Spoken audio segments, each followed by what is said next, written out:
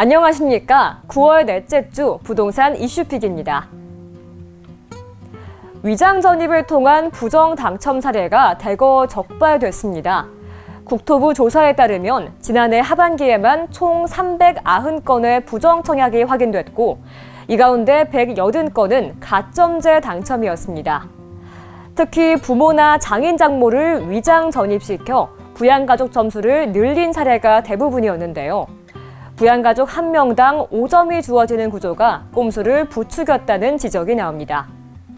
실제로 만점 통장으로 알려진 일부 사례도 위장 전입으로 점수를 끌어올린 것으로 밝혀졌습니다.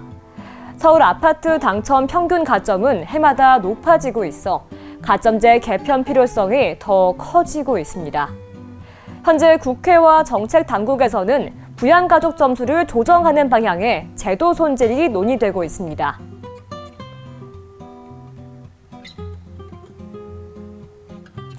서울 성동구 아파트값이 성수에서 옥수를 거쳐 금호동으로 확산하고 있습니다. 금호동에서는 이달 들어서만 15건이 넘는 신고가 거래가 나오며 매물이 빠르게 사라지고 있는 겁니다. 특히 옥수와 비교해 상대적으로 낮은 가격이 매력으로 작용하면서 지방 현금 부자들의 매수세까지 몰리고 있습니다. 정부의 토지거래 허가구역 지정 여부가 변수지만 한강벨트 전체로 확산되는 상승세에 단기간 위축은 쉽지 않다는 분석입니다. 전문가들은 금호동이 옥수동과 가격 키 맞추기에 들어갔다며 추가 상승 여력을 점치고 있습니다. 서울 아파트 거래가 다시 늘고 있습니다. 8월 거래량은 4,000건을 넘어 7월보다 많아졌는데요. 특히 성동구는 전달보다 2배 가까이 증가하며 상승세를 주도했습니다. 강동, 마포, 동작 등 한강벨트 지역도 거래가 활발했지만 강남 3구와 양천구는 규제 여파로 여전히 부진한 모습을 보였습니다. 거래 증가와 함께 성동, 마포, 광진 등에서는 아파트값 상승폭도 커지고 있습니다. 전문가들은 토지거래 허가구역 지정 전에 매수세가 몰리고 있다며 추석 이후에 규제 카드가 시장에 분수령이 될 것으로 보고 있습니다. 정부가 공공중심 정비 사업을 강조한 가운데 서울시는 민간 재건축 지원에 속도를 내고 있습니다. 서울시는 추석 연휴 전에 인허가 기간을 대폭 단축하는 신통기획 시즌2를 포함한 공급 대책을 발표할 예정입니다. 이를 통해 재건축, 재개발 소요 기간을 현재 평균 18년에서 13년 이내로 줄인다는 목표입니다.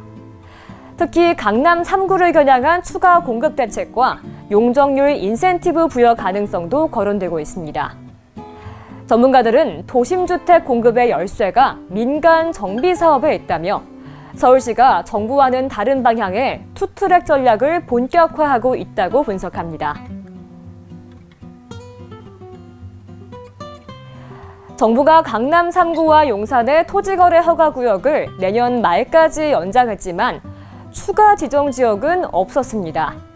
하지만 성동구와 마포구 등에서는 집값 상승세가 뚜렷하게 나오면서 토어제 확대 가능성이 다시 고개를 들고 있습니다. 서울 아파트 값은 각종 대출 규제에도 33주 연속으로 오르면서 성동구는 0.41%, 마포구는 0.28%의 상승률을 기록했습니다. 전문가들은 공급 대책이 단기간에 체감되기 어렵다 보니 규제 강화 전에 매수에 나서는 수요가 집값을 밀어올리고 있다고 분석합니다. 결국 추가 규제가 나오더라도 똘똘한 한 채 선호가 이어지는 한 서울 집값 상승세를 꺾기엔 쉽지 않다는 전망이 우세합니다. 지금까지 부동산 이슈픽이었습니다. 고맙습니다.